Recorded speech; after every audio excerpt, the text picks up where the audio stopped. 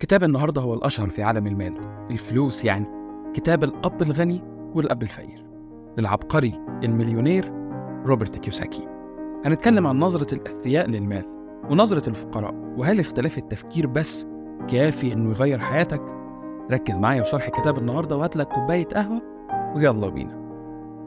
روبرت كيوساكي تخيل إن عنده أبوين، واحد فقير وهو أبوه الحقيقي، والتاني غني وهو أبو صاحبه، وبيتعلم من الاتنين إزاي يجيب فلوس ويبقى غني.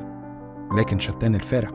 تخيل معايا واحد فيهم بيقول له اتعلم واتعب واشقى علشان تبقى موظف في شركة كبيرة، والتاني يقول له اتعب واتعلم بس علشان تبقى صاحب شركة كبيرة. فرق هايل. من غير رغي كتير، الجزء الأول هنا وهو العقلية. روبرت كيوساكي حب قوي يفرق لنا ما بين عقلية الأغنياء وعقلية الفقراء. وأول درس بيقوله لنا روبرت كيوساكي: الأغنياء لا يعملون من أجل المال، بل المال يعمل من أجلهم. أيوة، زي ما سمعت. روبرت كيوساكي هنا بيقول لك إزاي يبقى عندك ذكاء مالي، هو إنك تعرف إزاي تعمل فلوس، بل الأهم إزاي تستخدم الفلوس دي علشان توصل لأهدافك. بيقول روبرت كيوساكي إن الأغنياء بيركزوا على خلق الأصول، والأصول دي هي اللي بتدخل لهم فلوس مستمرة، زي العقارات، الأسهم، الأعمال التجارية.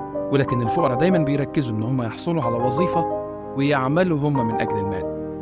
ببساطة، الأغنياء بيستثمروا أموالهم في أصول تدر دخل مستمر، حاجة تجيب حاجة، بيت وأجره فيجيب لي على طول عائد شهري من غير ما أتعب تاني. فالأغنياء دايما بيفكروا إنهم يشتروا عقار ويأجروه، يشتروا سهم في شركة ناجحة ويعود عليهم السهم ده بدخل. لكن الفقراء بقى بينفقوا أموالهم على سلع استهلاكية بتسبب ليهم عبء مالي كبير. يعني مثلا الفقير أول ما بيبقى معاه فلوس يفكر إزاي يطلع سفرية كويسة، إزاي يشتري عربية يقدر يتنقل بيها. العربية مفيدة، محدش قال حاجة، لكن العربية بعد فترة تحتاج منك تصرف عليها، تصرف بنزين، تصرف قطع غيار، تصرف تصليحات وصيانة وإلخ إلخ إلخ.